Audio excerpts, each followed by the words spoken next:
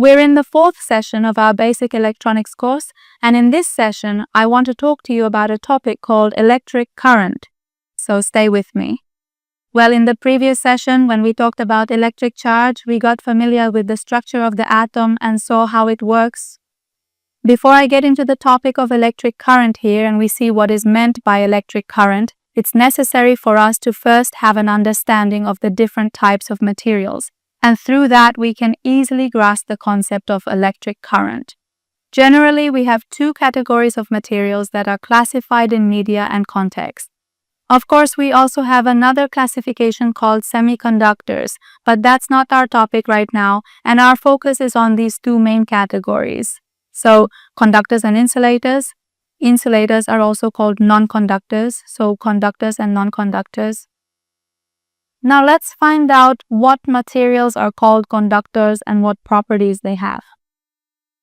If you remember in the previous session, we said that the simplest model we consider for an atom is that there is a positive charge in its nucleus and electrons orbit around that nucleus in shells. Now, in some materials, the electron that is farthest from the nucleus is not very tightly bound to that nucleus. Or in other words, if you remember, we said that positive and negative charges attract each other. But in this case, the electron that is in the outermost shell or at the farthest distance is not very committed to this rule and is not bound to the nucleus. And it can freely leave that last shell and settle in the outermost shell of another atom. These elements that lose their electrons or gain extra electrons, therefore, are no longer neutral and become either negatively or positively charged.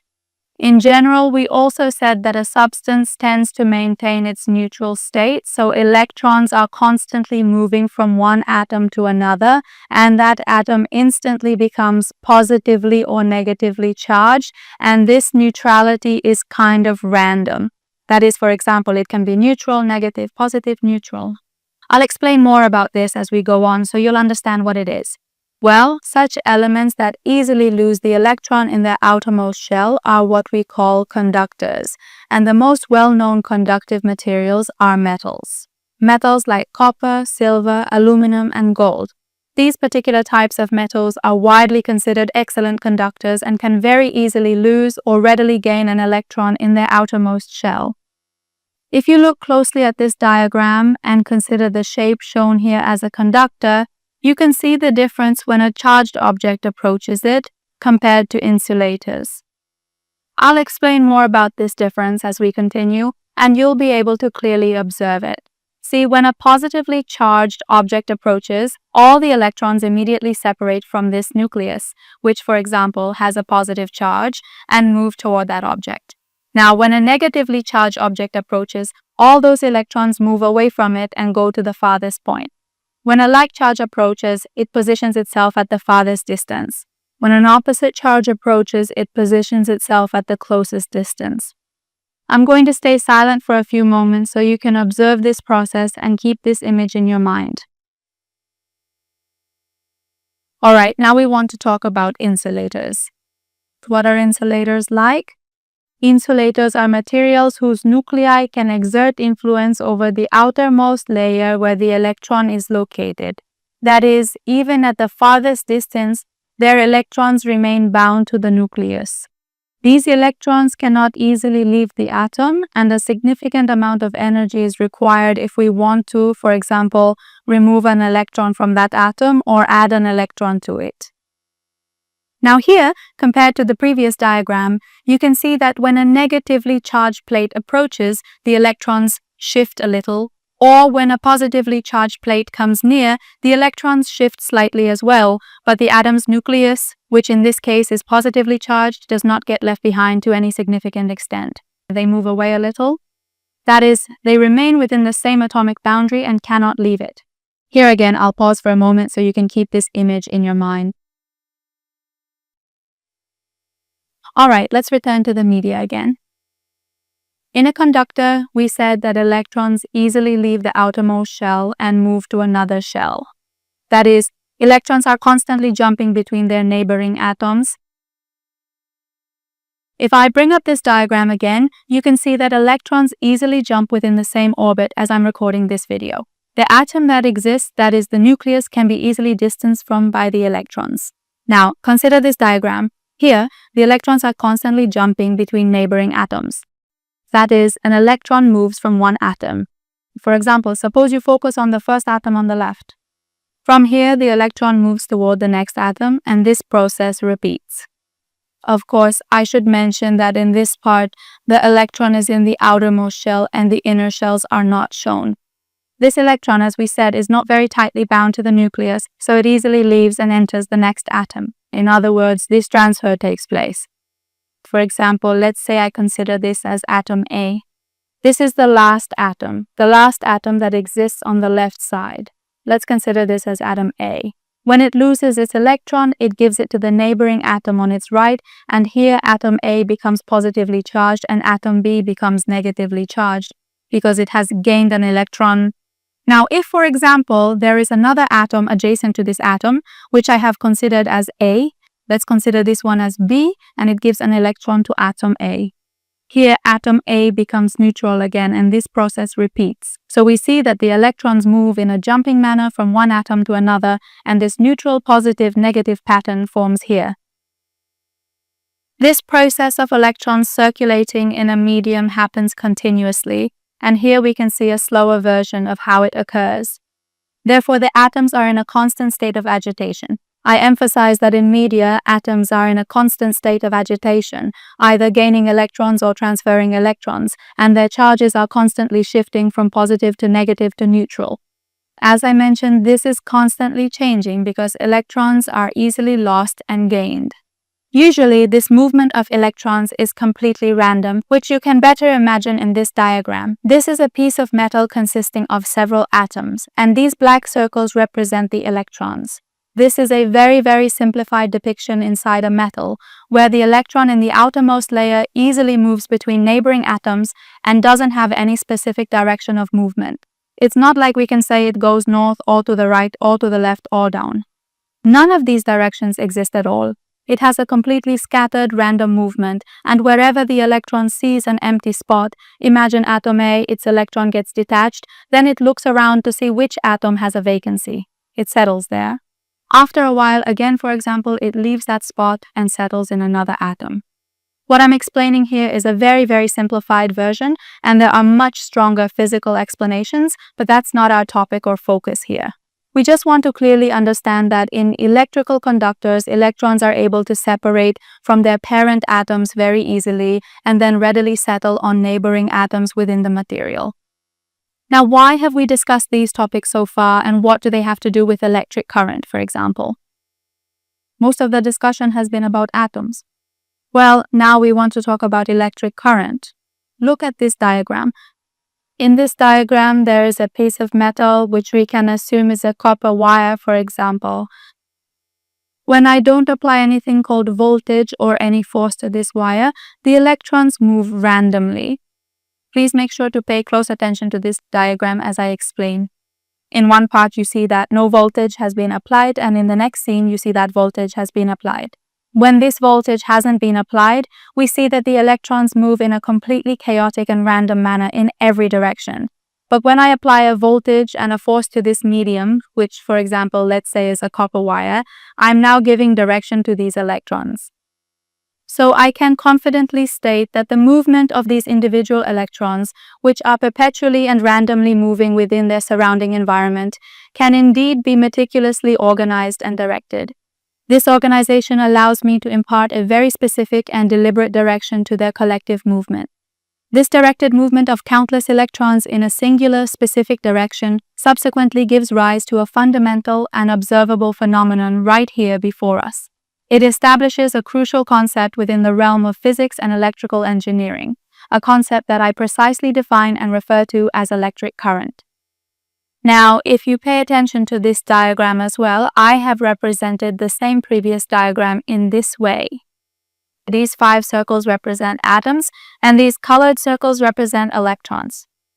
That red circle is considered as a test electron, so you can easily understand this movement. When I connect a battery to this wire, here 2 batteries are shown, but what is meant is the positive and negative terminals of the battery. When I connect this, it causes the electrons to move in one direction and not be scattered anymore. And this movement of electrons, as you can see here, causes an electric current to form here. It happens and we observe the presence of electricity, so to speak. Of course, the movement we see here is very slow, and we can also say that the electrons themselves all move relatively slowly. However, as each individual electron meticulously leaves one particular atom and subsequently reaches another distinct atom, we do not simply consider only two isolated atoms in this intricate process. We consider a series of atoms. This movement of individual electrons, which keeps shifting, can be repeated trillions upon trillions of times. Therefore, even if those individual electrons themselves move quite slowly, this incredibly rapid shifting, or these dynamic movements, happening among a very large and significant number of atoms that collectively create the electrical current, occur at nearly the astonishing speed of light, propagating almost instantaneously throughout the conductor. That's why, for example, if you notice here, if I set up such a simple circuit and close the switch here and keep the circuit closed, you'll see that the lamp lights up immediately. The electrons, under the force applied by this battery, move quickly in one direction and reach the speed of light. We know that the speed of light is 300,000 kilometers per second, and this causes us to immediately observe the effect of the electrons' movement here. So overall, we concluded from this that materials are divided into two categories: conductors and insulators. We went on to examine conductors. We said that conductors are materials whose outermost electrons are lost very quickly, allowing for rapid movement, and they are in a random state.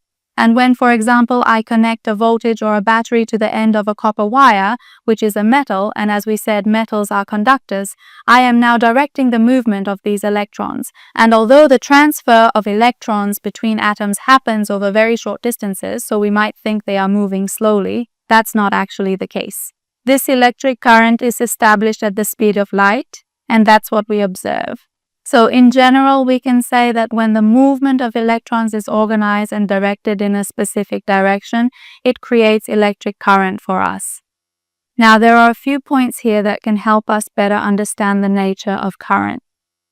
You see, we've already seen how billiards works, right? Now, let's say, according to this diagram, I line up 5, 6, or 10 balls. Or let's say 15 or 20, I arrange the billiard balls in a straight line next to each other. Each of these billiard balls represents, for example, an atom.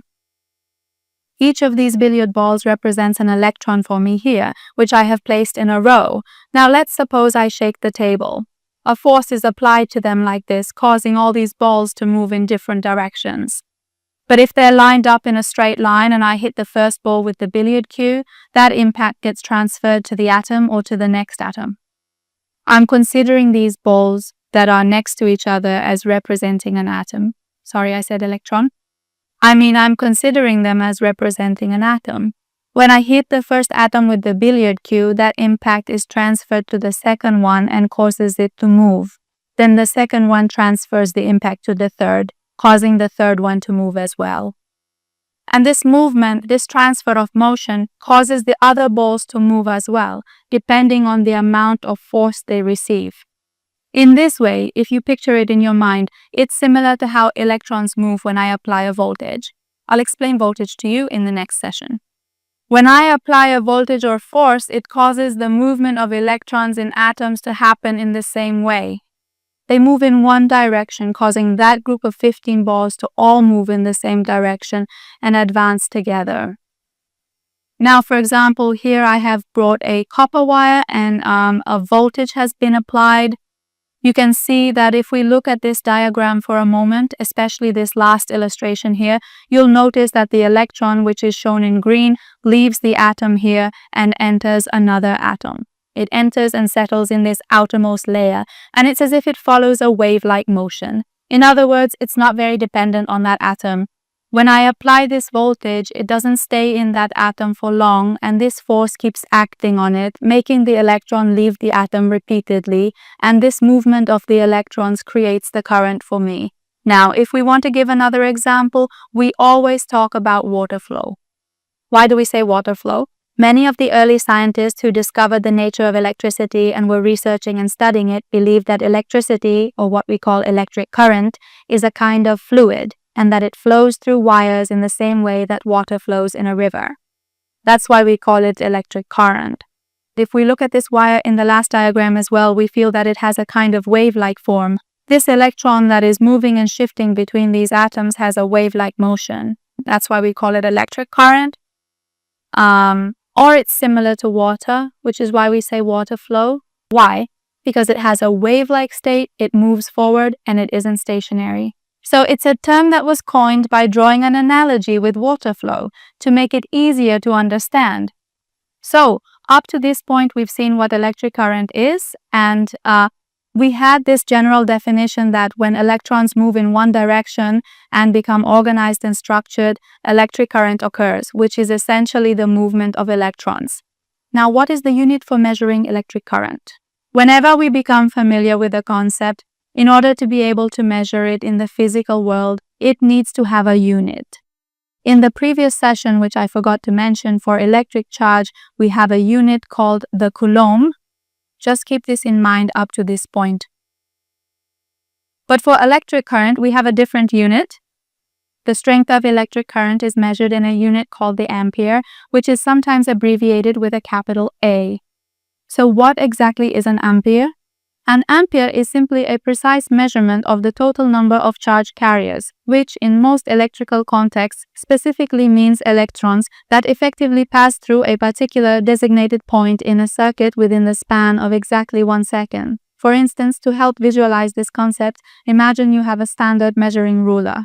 Consider a 1 centimeter or 1 millimeter mark on it. Or just pick any point on that ruler, it doesn't matter.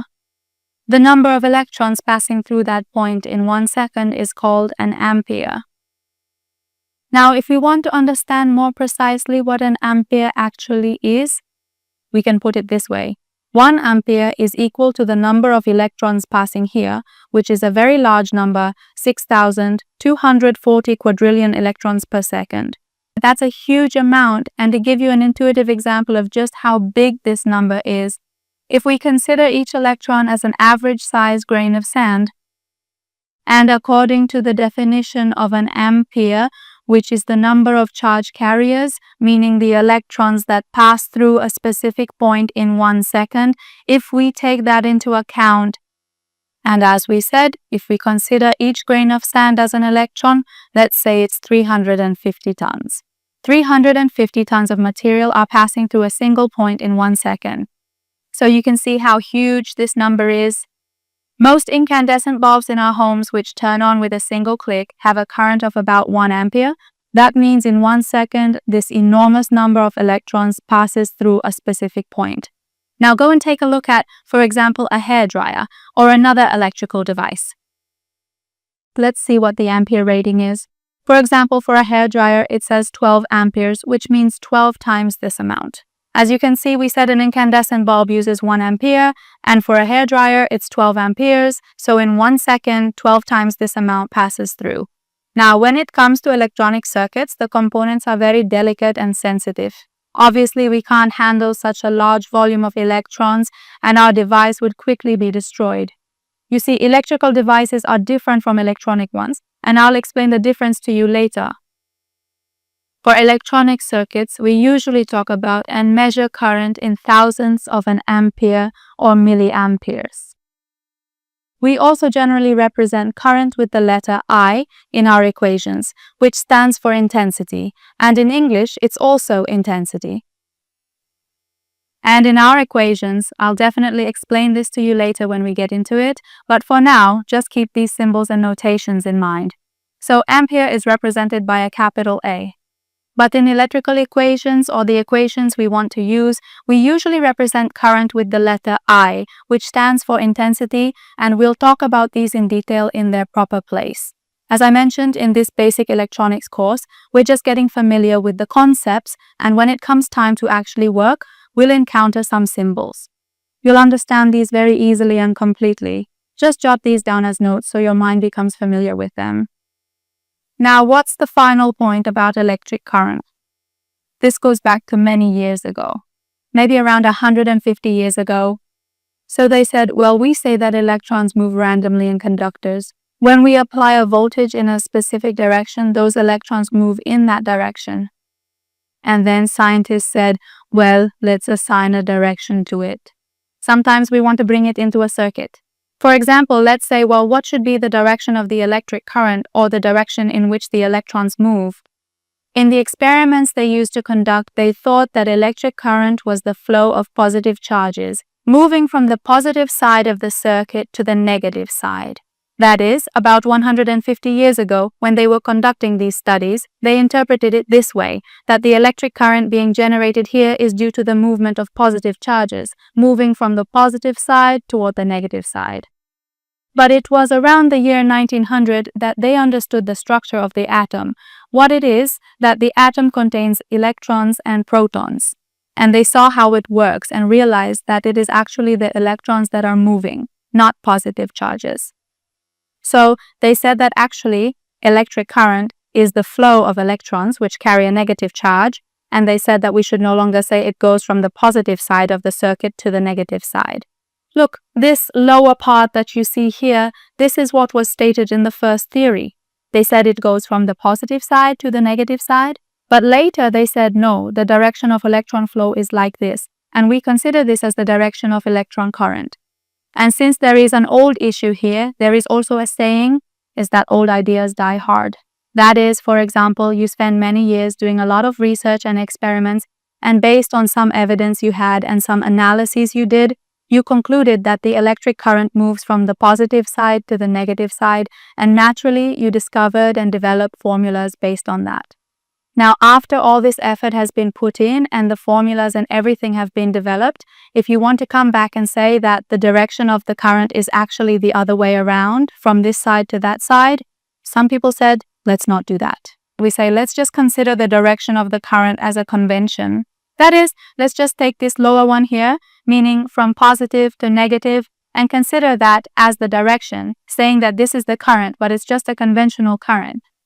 Modern electronic circuits are almost always described in terms of this conventional current. Therefore, the assumption is that current flows from positive to negative, even if in reality it's the electrons that actually move from negative to positive in the circuit. So the equations are derived based on this convention. They meticulously perform the intricate calculations they have firmly in mind, and ultimately, using a comprehensive set of clever tricks, established rules, and fundamental principles, they accurately interpret the final result according to the actual, precise direction of the electrical current, which is consistently from a negative potential to a positive potential, and thus obtain the exact equation or the desired result they are diligently aiming for. So the fact that electrons move from the positive side to the negative side of the circuit has been considered by convention as the direction of electron movement. Now, when I say the direction of electron movement, I mean the same thing as electric current. Well, I hope this session about electric current has been useful for you and that I was able to convey the concept of electric current to you in a deeper and more conceptual way. Now, if you have any questions in this area or feel that I mentioned a point briefly or incompletely, be sure to let us know through the communication channels provided to you so that we can review the matter and provide you with more accurate information. But let me also explain that you shouldn't try to get into too much detail, because our topic is electronics, and if I want to go too deep, say, into the structure of the atom, I would have to discuss quantum topics with you, which is obviously unnecessary for someone who wants to learn electronics and then go work with it in a workshop.